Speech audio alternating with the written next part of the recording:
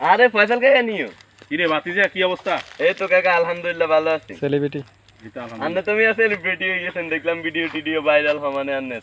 না দোয়া করিও, তোমরা তো সাপোর্ট করতেছো, সাপোর্ট না করলে তো সেলিব্রিটি হওয়া যায় না। হ্যাঁ এটাই আমরা তো দেখি এখন আন্নের ভিডিওতে টিউশন তো মনে হয় মেলাই কামান, মনিটাইজেশন আসতে দেখলাম।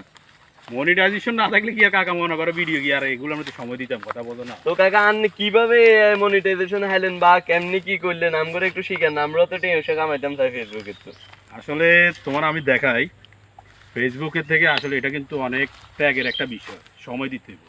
আর আরেকটা বিষয় হলো ফেসবুকে যে তুমি ভিডিওটা বানাবে, এগুলা মনে করো তুমি তোমার ফ্যান ফলোয়ার যারা আছে এগুলা মনে করো তাদের কাছে এগুলা পৌঁছাইতে হইলে কি করা দরকার, বা মনে করো তোমার এই যে ভিডিওটার ওয়াচ টাইম আর্নিং, কতটুকু ওয়াচ টাইম উঠলে কত টাকা আর্নিং, এই বিষয়গুলো বুঝতে হলে একটু সময় দিতে হবে।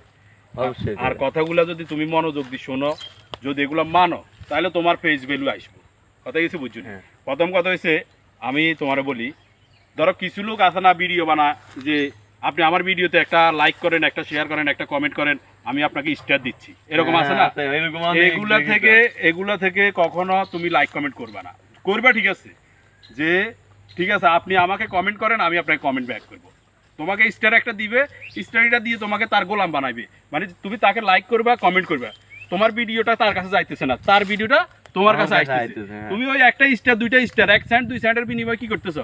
প্রতিনিয়ত তাকে লাইক কমেন্ট করে যাইতেছো, তার ভিডিও তোমার সামনে শু হইতেছে, কিন্তু তোমার ভিডিওটা তার আইডিতে যাইতেছে না। কেন যাইতেছে না? ওই যে সে তোমার স্টার একটা দিয়ে গোলাম বানাই ফেলছে, তোমার বলো তোমার লাইক কমেন্ট করতেছে না। কথা বুঝছো? এই হলো একটা বিষয়। আরেকটা বিষয় হলো যে কাকা আর্নিং এর যে বিষয়টা, আর্নিংটা আমি তোমারে দেখাই। এই আর্নিং তো মনে করো ধরো অনেকের 1 মিলিয়ন ভিউ উঠছে, ওইখান থেকে দেখা গেছে $5 হয় না, আছে না এরকম? আবার দেখা গেছে কারো 2 লাখ ভিউ উঠছে, ওইখান থেকে দেখা গেছে $10 $20 হইতেছে। হ্যাঁ এরকম। আমার আর্নিং এর যে বিষয়টা, আমার ভিডিওগুলো হচ্ছে একদম রিয়েল, এখানে কোনো তোমার ইস্যু নেই, ফ্যাক্ট নাই। আমার দেখবে একটা ভিডিও, যে ভিডিওটা আমার 2 লাখ ছুঁইছে বা 3 লাখ ছুঁইছে, এই ভিডিও থেকে আমার $20-22 করে আসে। কি কোন কাকা আন্নে তুমি মিছা দান, এত ডলার তো দেয় না ফেসবুক। তোমার বিশ্বাস হয় না? না। আচ্ছা আমি তোমার দেখাইতেছি, দেখান আপনি ভিডিও কাটেন। আচ্ছা তো শোনো, আমি তোমার দেখাই। হ্যাঁ আচ্ছা দেন।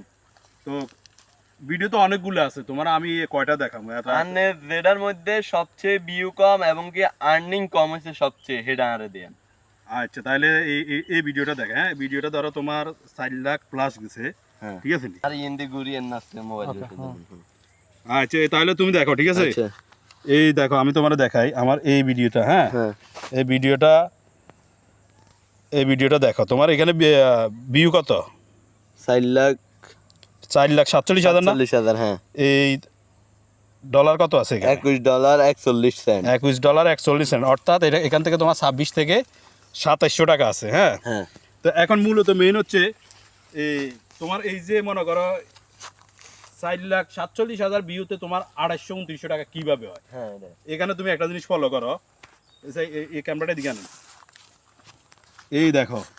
হ্যাঁ তোমার এখানে এই যে ওয়াচ টাইমটা, মানে অর্থাৎ আমি ভিডিওটা যা দিছি তার 3/2 সময় মানুষে দেখছে, 3/2 মানুষে দেখছে, তাহলে ওয়াচ টাইমটা বেশি, তাহলে এখানে এঙ্গেজমেন্ট আছে 22,220।